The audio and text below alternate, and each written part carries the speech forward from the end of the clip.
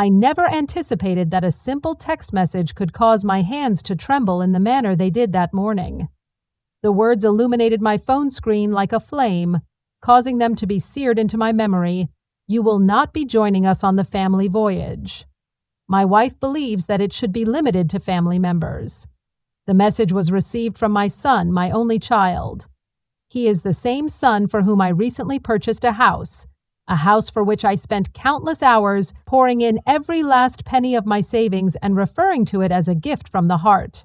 He viewed it as a solid foundation for his expanding family.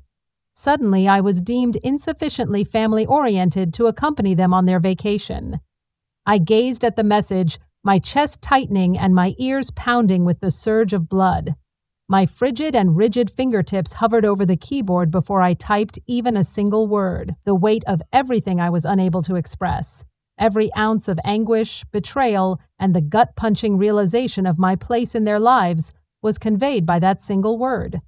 However, I was internally shouting, "So I am capable of purchasing a home for you, but I am not worthy of a seat at your dinner table. Refusing to participate in your extravagant cruise?" My heart pounded, my breaths became labored, but my visage remained serene, almost devoid of emotion, as if I had become inert. That version of me, the one who consistently maintained her silence and consistently discovered justifications for their slights, perished immediately. Once more, my telephone rang. This time, it was from his wife Lauren, who was courteous but distant. "I trust that you comprehend. This method is simply more convenient for all parties involved. Easier." "Certainly, Lauren. The home is now in your name, which simplifies the process. It is easier now that you believe your future is entirely secure." I placed the phone on the table, my hands still slightly quivering. However, the tears had subsided because another aspect of me had reawakened, a part of me that had been silent for an extended period of time and was no longer humiliated. They believed that I would simply accept it. However, they were mistaken. The subsequent silence in my residence was more insistent than any other. I sat in my kitchen, but it no longer felt like my own. The wooden chairs I had selected, the countertops I had paid to have restored, and the draperies I had sewn by hand, all for them, for Ryan and Lauren, for the family I believed I was constructing, were illuminated by the morning sun as it stretched across the tile floor. Currently, it appeared to be a collection of ill-advised decisions. The walls were adorned with photographs from excursions that I had paid for, including Disney when Ryan was a child, Cancun when Lauren first joined the group, and the wintry Christmas cabin. Yes, I also paid for that item. I had consistently referred to it as my gift to them, as I consistently provided an explanation for their silences. I recalled the housewarming that took place last spring. The house was one that I had purchased entirely, with no mortgage or debt. It was a new beginning for them. It was the most significant act of kindness I had ever performed for anyone. Lauren had grasped my palms that day, her eyes brimming with tears. "Oh, Claire, you were not obligated to do this. We are extremely appreciative. You are aware that there will always be a room available for you." I, of course, trusted her, as that is the customary behavior of mothers. "We are convinced." While they worked late shifts, I recall painting their master bedroom myself.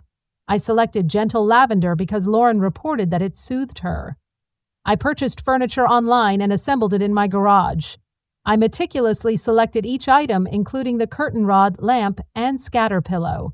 I persisted in convincing myself that their increasing distance was merely a result of stress, life, and them resolving their issues. However, this was not the case. I have now gained a distinct understanding of the truth. I had become the financier, the fixer, and the background assistance. And when I had no more to offer, they ceased to see me altogether. Claire was no longer my name. I was merely the purse, and the woman was no longer required to hold it once it was empty. I was unable to endure the silence the following morning. Teresa, my closest acquaintance, was contacted. She arrived at my doorstep within an hour, as she consistently does, without any inquiries. That's the thing about genuine friends, they understand when to refrain from speaking. She entered the building, observed me, and was immediately aware. She said gently, "Tell me," as she placed her luggage on the kitchen table. I passed my phone to her. She read the message with a clenched mandible, but she refrained from responding immediately. She steadily shook her head as if she had anticipated the outcome. Finally, she glanced upward and stated, "They have been strategizing this, Claire." Her words were as devastating as a blow to the stomach. My voice was weak. I suspected that Lauren may have been the cause as she had infiltrated his mind. However, Ryan is not like this. After pressing her lips together, Teresa reached across the table and placed her hand on mine, ensuring that it was firm and stable. "You nurtured a child who was virtuous, but he was never required to endure hardship.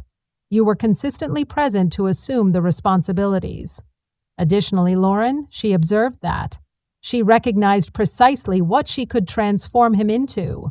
You diminished yourself in order to accommodate them, and they now believe that is where you belong. Her remarks were painful because they were accurate. I had dedicated years to resolving Ryan's issues, including canceling vacations to pet care their dog, depleting my savings to pay off their student loans, and rushing over whenever Lauren requested assistance with organizing. I was consistently present, always useful, and always convenient. Teresa tenderly stated, her tone firm, "It is time to safeguard yourself," in all seriousness, prior to their attempt to acquire additional resources. Blinking, I gazed at her in bewilderment. "May I have an additional serving?"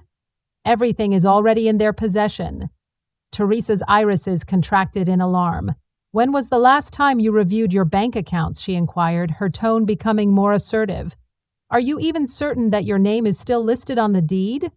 "Claire, what are your investments?" She saw right through me. "You continue to have faith in them." That struck with the force of a strike. I felt my thorax contract and my pulse increased. To be candid, I had not considered the possibility of viewing it. Why would I do so? They were my family. I discreetly acknowledged that Lauren is responsible for the majority of the online payments. She stated that it was simpler for tax purposes. Teresa reclined back, her arms crossed tightly, and exhaled a sharp breath. "Claire, you are required to be logged into all accounts today. Additionally, we promptly consult with an attorney whenever there is any indication of irregularity." I forcefully swallowed, causing a knot to form in my esophagus. I noticed that my hands were trembling once more, but this time it was not due to terror. It was the gradual, nagging realization of the truth. They had not perceived me as a frail elderly woman. They had perceived me as an individual who was excessively credulous and did not query anything. And that trust had become their weapon. A small flicker, which had been smothered under years of anguish, flared up as Teresa awaited my response. An internal shift occurred. I sat up with a greater sense of stability and uprightness than I had experienced in several days. I responded with a distinct voice, "That's fine, beginning today." Teresa nodded once. "All right, due to the fact that you have not yet completed the task. Additionally, they are inadequately prepared for the forthcoming events. Sleep would not be forthcoming that evening." I was reminded of that frigid little message every time I closed my eyes. Lauren's practiced smile, Ryan's vacant expression. But Teresa's words resonated more loudly than the silence around me. "You must safeguard yourself at this time." At 2:17 a.m., I abandoned my attempt to sleep. I reached for my laptop and my heart beat rapidly. Lauren had extended an offer to oversee the online accounts for years, stating that it is simply more convenient, Claire.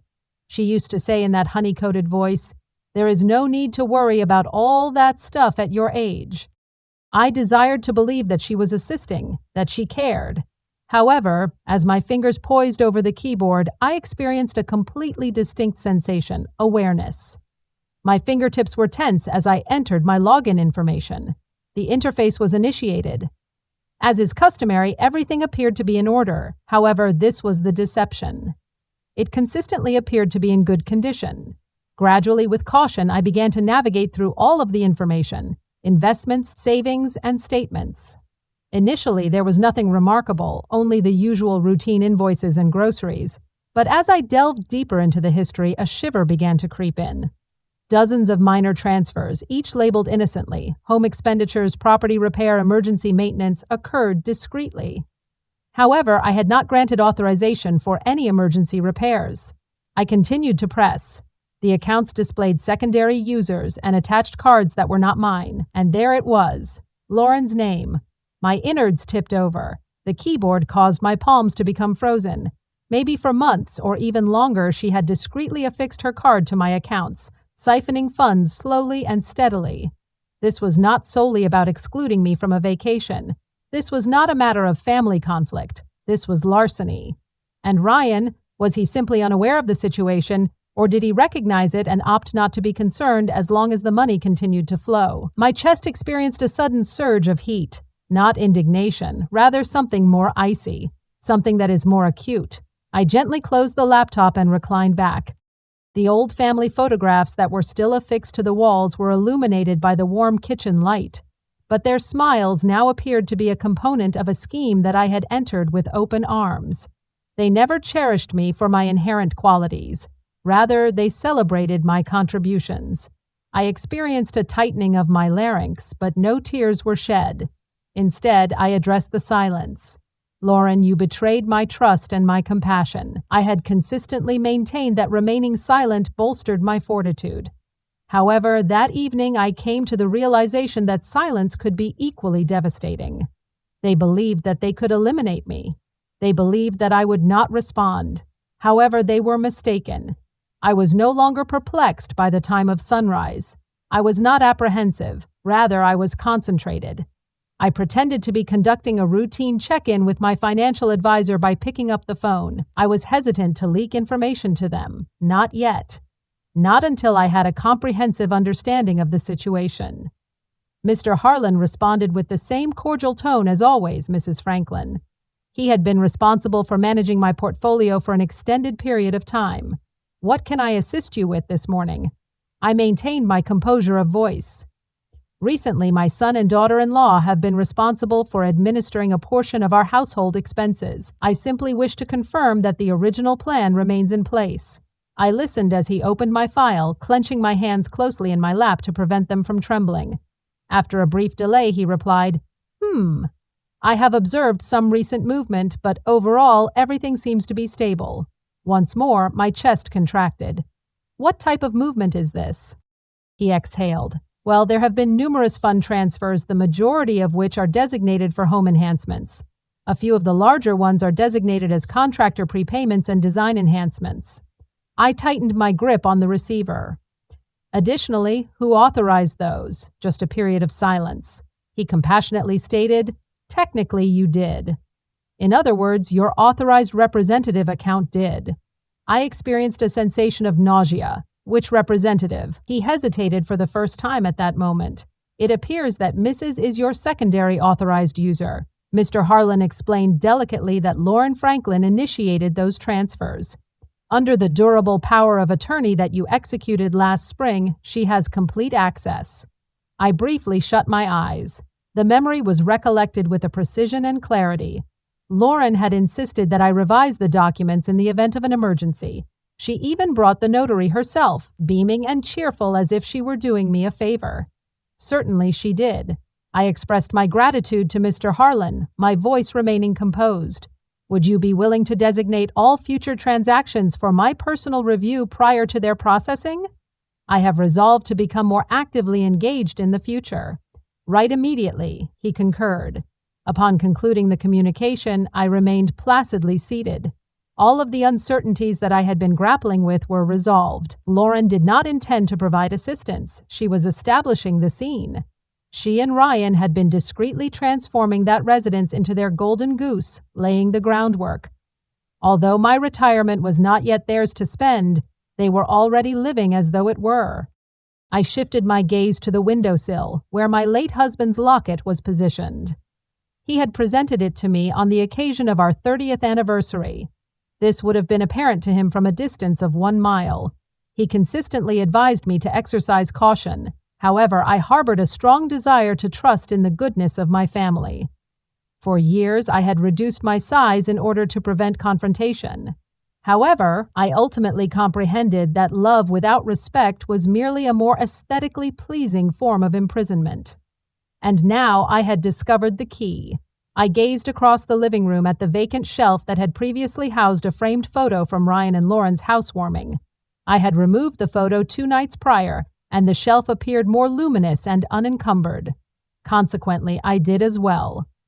They had placed a wager on my silence, and they would soon come to regret it.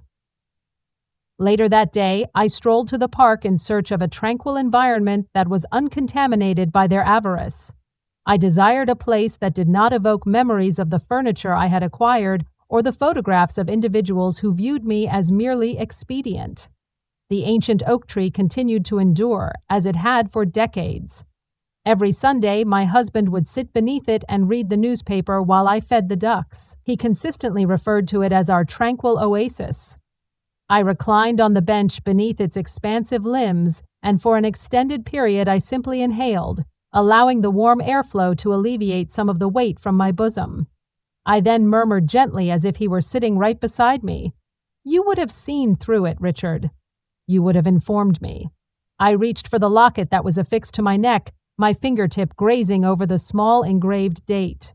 This date was from the time when we had paid off our first home, when we were dreaming of the life we would provide for our children, and when Ryan was still the bright-eyed boy who was building forts in the yard, not when he was making plans behind my back.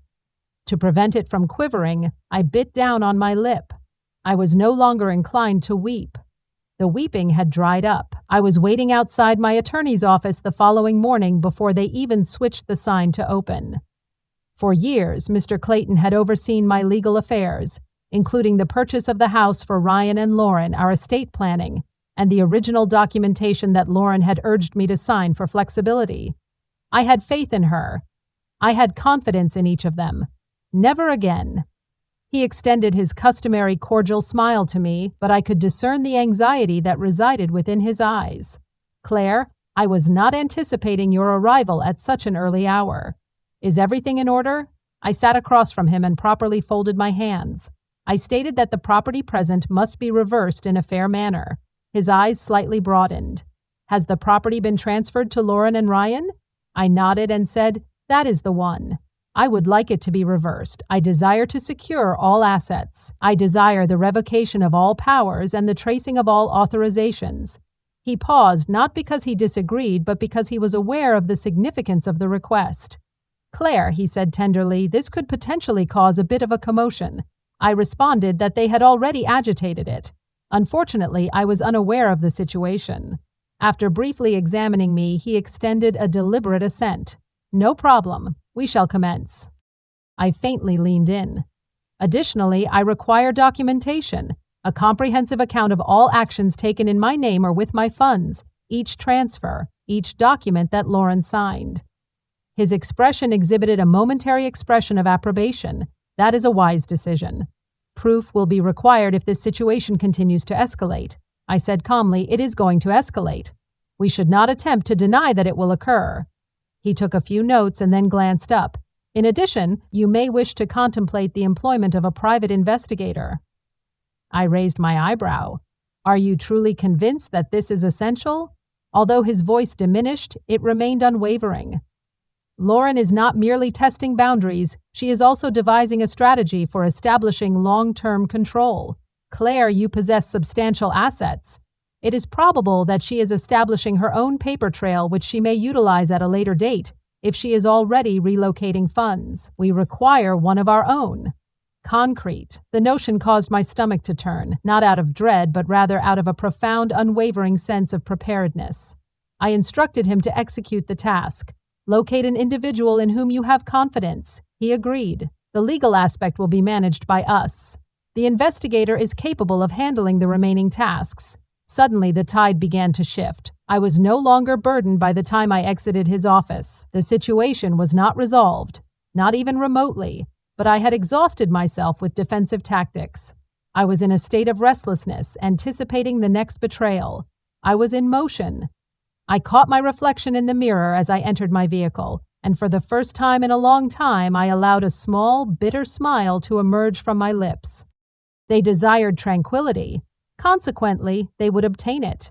However, it was not the type they had anticipated. Mine would be the type that operates without making any noise and strikes precisely where it is intended. The following morning, an object was discovered concealed beneath my front door.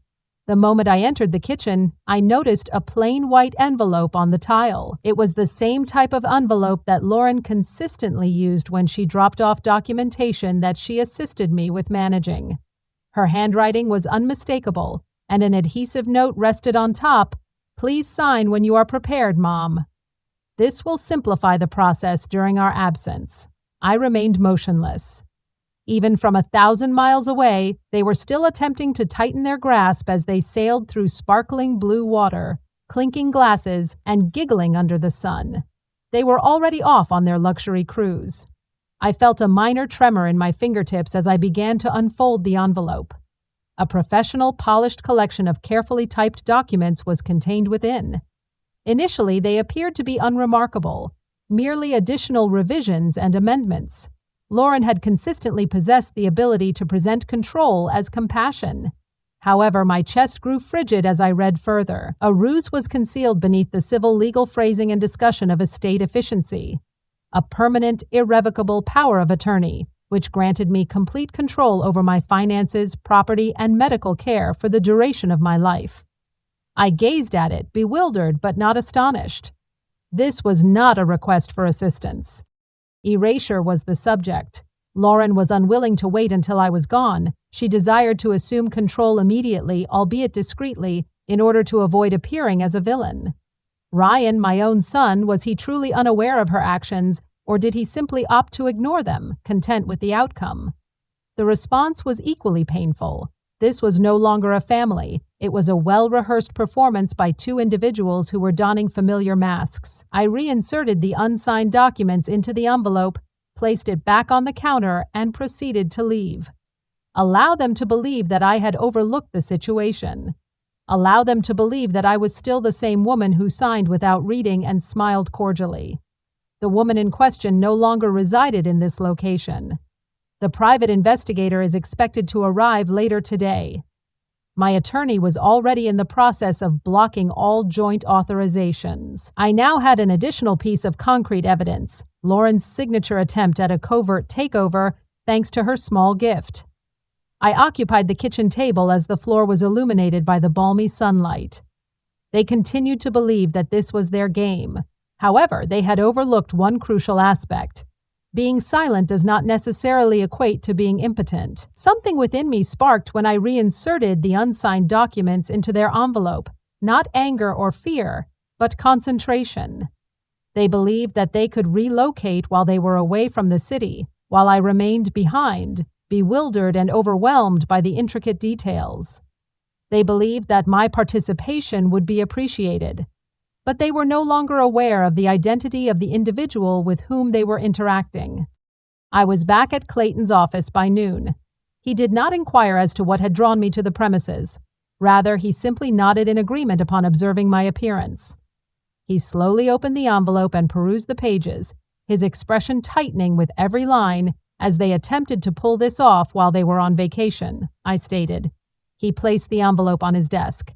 He murmured, "They are becoming more brazen.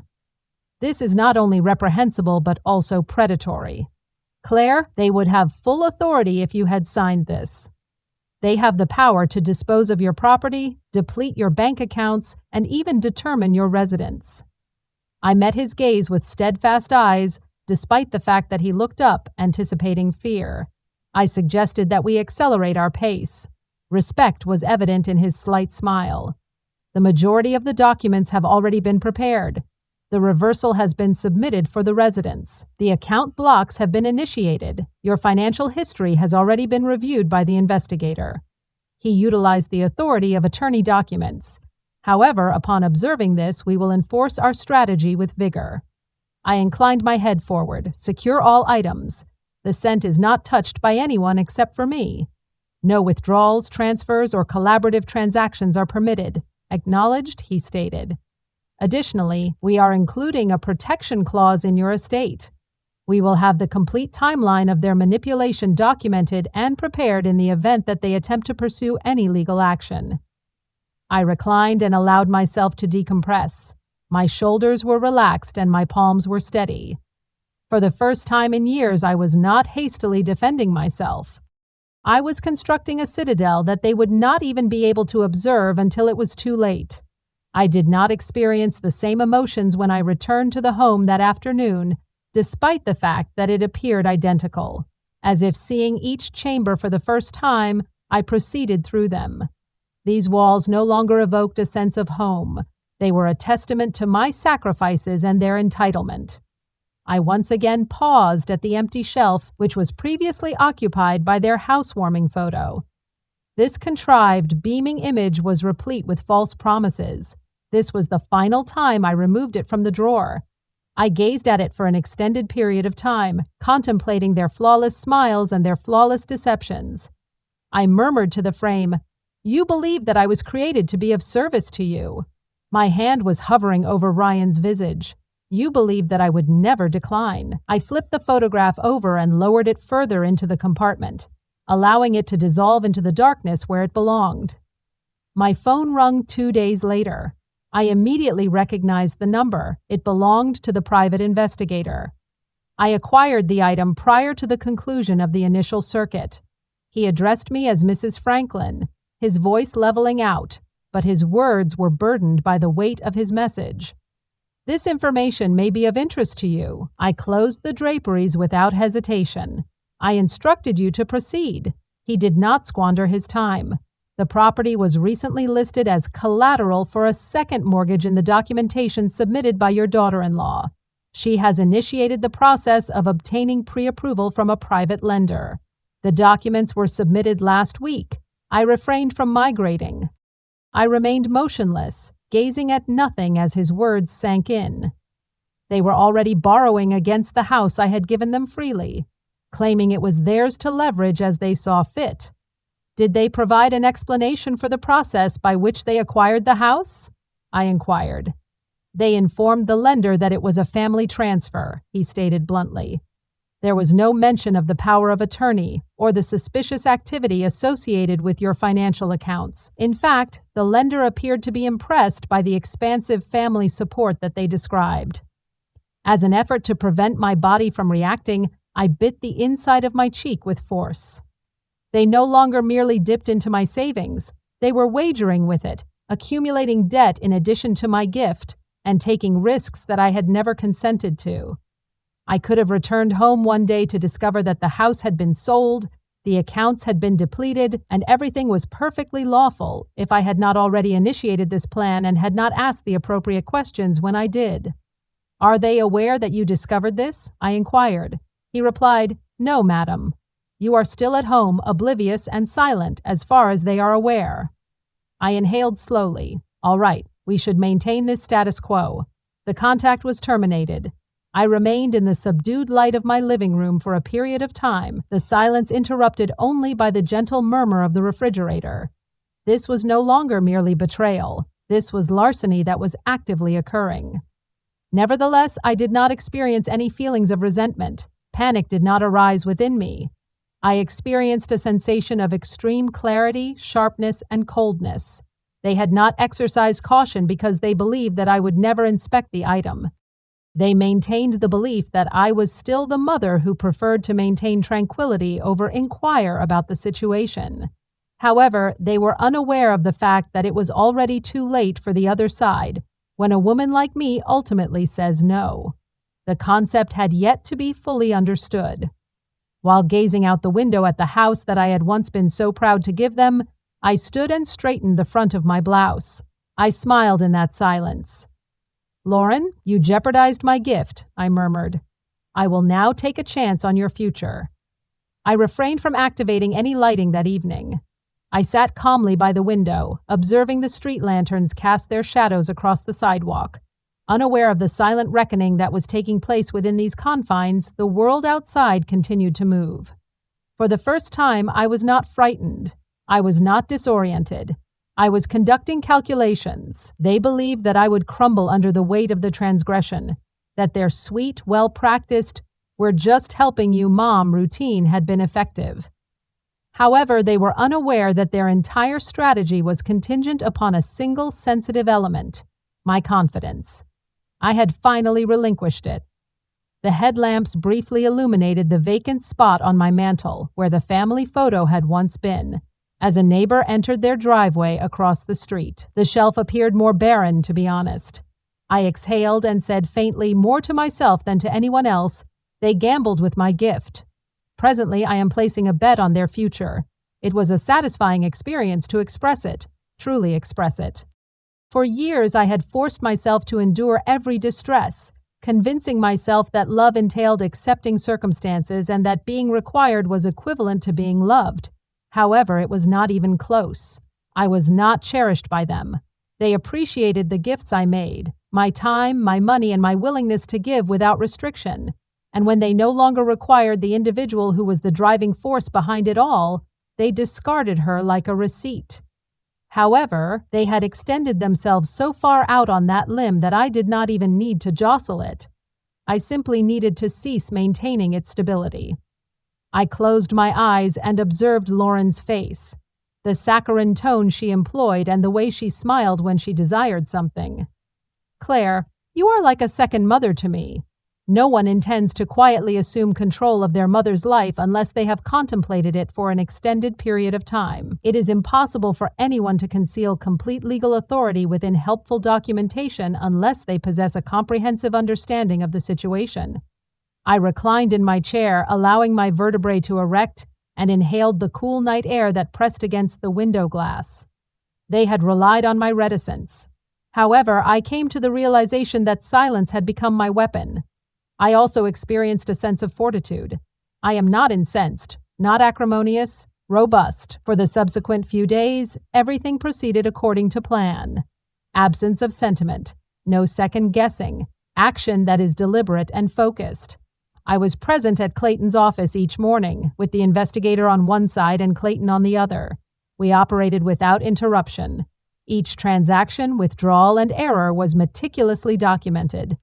Each account that Lauren had interacted with was meticulously documented. No detail was overlooked. I did not experience any nausea as the evidence continued to accumulate. I experienced a sense of stability, unambiguous. In addition to skimming money, Lauren had utilized my retirement funds to settle her own credit card debt. She had redirected funds to private investments under her maiden name. Without requesting anything in return, she had even used my name to secure pre-approval for the second mortgage on the very house I had given them. All of this was accomplished with a smile at the supper table, calling me Mom during the entire process. Another statement was passed across the table by Mr. Clayton. The investigator discreetly added that this pattern of manipulation would be a significant factor in court if it were to occur. Additionally, the cadence is excessively precise. The Cruz provided them with the ideal opportunity to conceal the documentation beneath your door. She intended to render you legally impotent prior to your comprehension of the events she was initiating. I slowly nodded, allowing the truth to settle in the place where remorse once resided. Speaking quietly, I declared, "It is greed masquerading as concern. They did not desire my departure, they merely desired my removal." Across the table, Mr. Clayton caught my gaze, "And they would have obtained it, Claire. All of it. The majority of individuals sign this type of document without ever reading beyond the title. However, I stated, I did not." My voice remained unwavering. He responded, "No, you did not. And they have now left a trace that is long enough to be used as a rope to hang themselves." Late into the evening, we continued to work. The sky had transformed into a deep navy color by the time I exited his office. However, I was not fatigued. I was not apprehensive. I was propelled by a novel force, momentum. Upon my return home that evening, I surveyed each room with a fresh perspective. The sophisticated drapes Lauren had selected, the soft-close kitchen cabinets she insisted on installing to elevate the atmosphere, and the quartz countertops I had purchased at an additional cost due to her assertion that marble was overused. I traced the surface with my hand. All of this was once again mine, every inch, every enhancement, and every light fixture. They had placed their entire gamble on the notion that I would remain silent, that I was too old, too vulnerable, or too desperate to hold on to the meager tokens of gratitude they bestowed upon me. However, they neglected to acknowledge the individuals who constructed, funded, and made the ultimate sacrifice for this residence. I placed my hand on the kitchen counter and murmured, "You attempted to erase me while I was still alive. I am currently eradicating your memory while you continue to maintain a fake expression. Tomorrow, everything would undergo a transformation. Upon filing the house reversal, all accounts would be closed and all access would be revoked. The world they believed to be theirs would be gone by the time their cruise ship docked, and they would not even be aware of it until they attempted to re-enter it. I am currently in possession of the documents. Everything was prepared. The complete annulment of Lauren's financial rights, asset protections, and the reversal of the house deed. They had already dismantled every ruse they believed they had secured. They were unaware that the ground on which they were standing had disappeared beneath them. Clayton stood in silence across the conference table, while the notary next to him adjusted her pen. The only thing that remained was my signature. I hesitated for a brief moment, not because I harbored any uncertainties. They were obliterated. Rather, I paused because I comprehended the significance of this moment. This was not merely documentation. It marked the end of years of naive love, of disregarding red flags, of saying yes, and of wanting to believe that I mattered.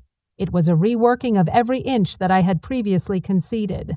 I signed one page, followed by the next, and so forth.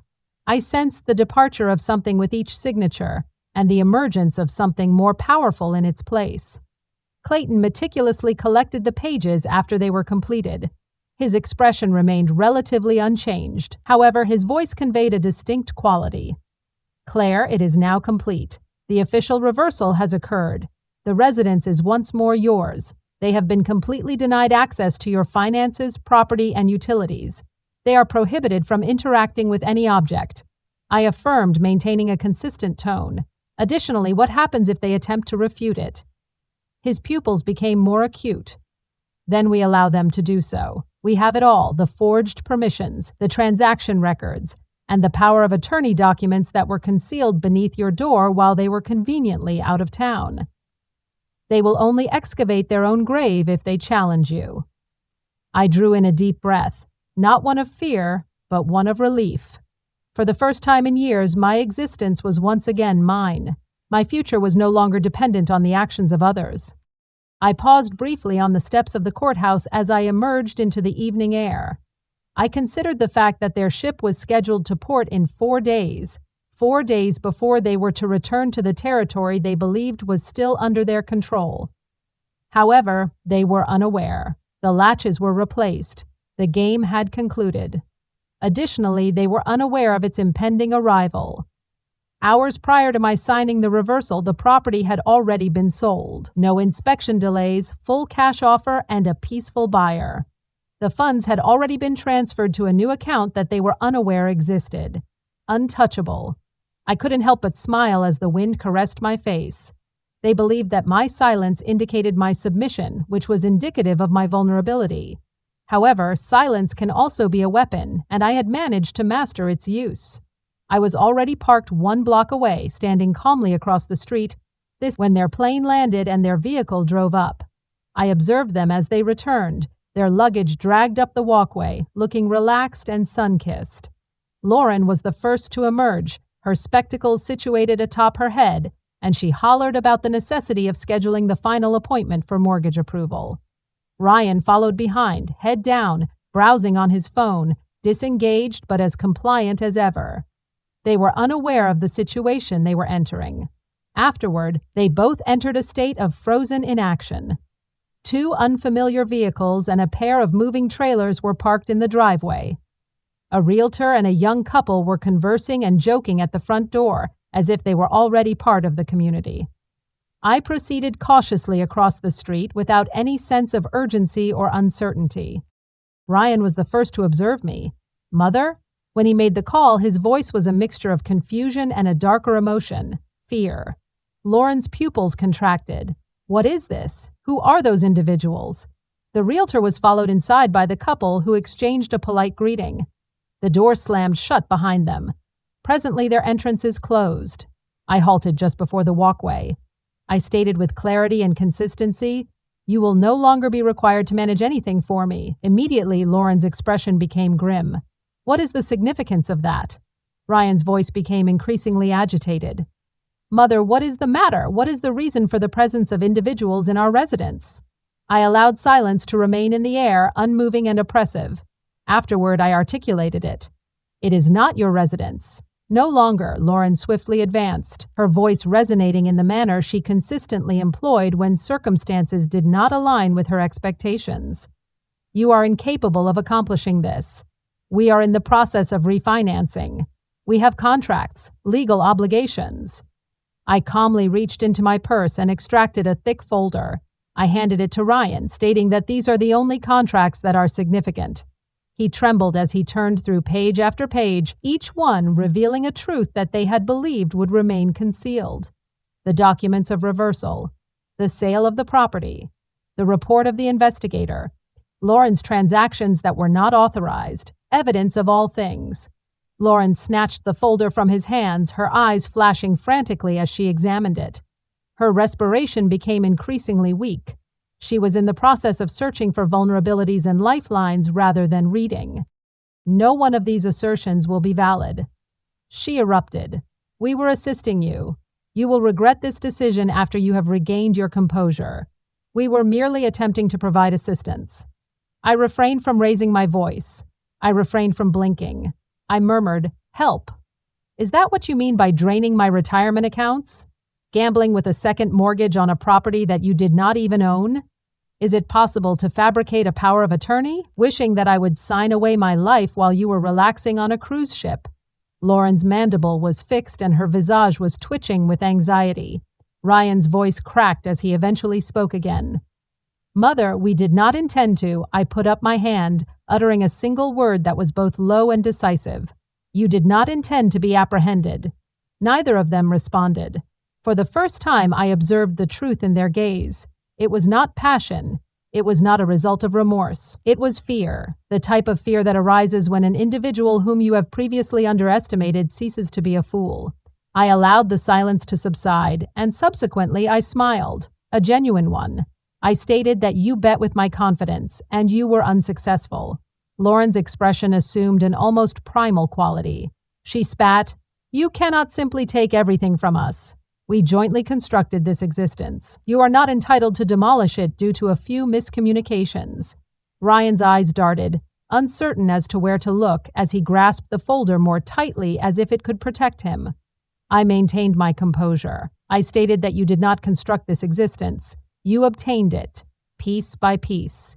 Smile after smile. Additionally, you anticipated that I would never decline. Lauren's distress was now more pronounced as her voice trembled.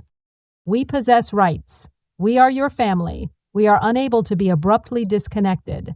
I felt the full force of the years that had passed, every silent dinner, every untruth I had ingested in order to maintain harmony, and every instance in which I had bent until I was shattered. However, not today. I once more reached into my purse and extracted a second folder. Although it was thinner, it was somehow weighty. I supported it. I said, "Evenly, this is what you will be facing if you want to take me to court." Lauren grasped it with the force of an animal that is erupting. Every forged signature, every unauthorized withdrawal, and every form she had slid beneath my door while beaming into my face were all contained within the full evidence packet. Falsehood, elder financial exploitation, coercion, forgery. Everything is documented. All items are dated. All are irrefutable. She proceeded to peruse the pages at a speedier pace. Her cheekbones became paler. Her hands began to tremble. I refrained from shouting. I maintained my composure. I merely stated, "Lauren, if you even attempt to file a lawsuit, this will be made public. Every bank transfer, every manipulated document, and every attempt to steal from your own mother-in-law." I observed the words impact with the weight of boulders. Ryan's voice was scarcely audible. "Lauren, what actions did you take?" Her voice was strident as she turned to him. "Do not impose this upon me, Ryan. You were content with the situation as long as the money continued to arrive. You were aware." However, he remained motionless, his body hollowed out and immobilized. His shoulders sagged. He held his eyes wide open. Right there on the sidewalk, the facade of their marriage was disintegrating. I exhaled deeply. "I was your mother, Ryan," I whispered, "and you transformed me into your target." He glanced downward, and for a fleeting moment I recognized him once more. The boy who had once implored me to repair his toy tractor and who had sobbed into my lap after injuring his knees. However, the infant had vanished.